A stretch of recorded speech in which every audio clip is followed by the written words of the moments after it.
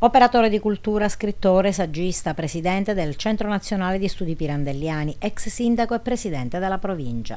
La figura del professor Enzo Lauretta, venuto a mancare questa notte, lascia un ricordo indelebile di cui è testimone l'avvocato Michelangelo Taibbi, a cui lo legava una profonda amicizia. Ha cominciato bene l'intervista dicendo che Lauretta era un vero grande amico ed era amico della mia famiglia. Fu amico di mio padre quando lui era presidente della Coltivatori Diretti.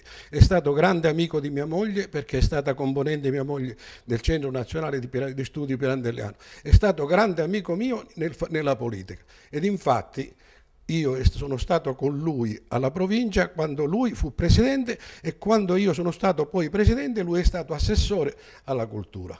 Pensare che Lauretta non ci sia più è veramente difficile perché Lauretta è stato un uomo di una vitalità non comune ed un uomo il quale è stato sempre leader in tutti i campi dove lui è stato praticamente a lavorare. Ma se noi guardiamo questi campi dove lui ha spaziato infinitamente, ne dobbiamo centrare uno che è stato quello della cultura. La cultura per Enzo Lauretto era tutto ed infatti lui creò il Centro Nazionale di Studi Pirandelliani.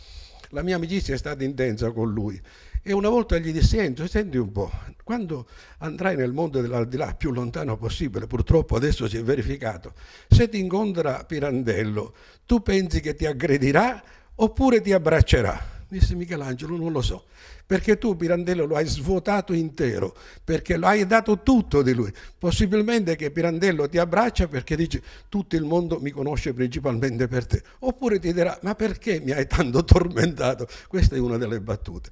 Comunque il rapporto con Lauretta era un rapporto molto ma molto cordiale, perché è stato un rapporto che per lunghissimi anni, direi per quasi 50 anni, è stato sempre intenso con tutta la famiglia. Ricorda un momento particolare del rapporto con il professor Lauretta? Quando giovanissimo io mi affacciai alla vita di carattere professionale, non ero ancora per nulla avvocato e andai da lui, dico: Enzo, mi dai lavoro? Senti, ti faccio praticamente presidente di un gruppo che si chiama dei 3P: provare, produrre e progredire. Sono stato praticamente con lui quasi un anno e questo trio che mi ha dato provare, produrre e progredire me l'ha stampato nell'anima, perché poi io, quando successivamente cominciai a fare l'avvocato con una certa dignità, ho trasferito questo trio facendolo padre, professionista e politico. Così voglio ricordare moltissimo il caro e carissimo Enzo Lauretta.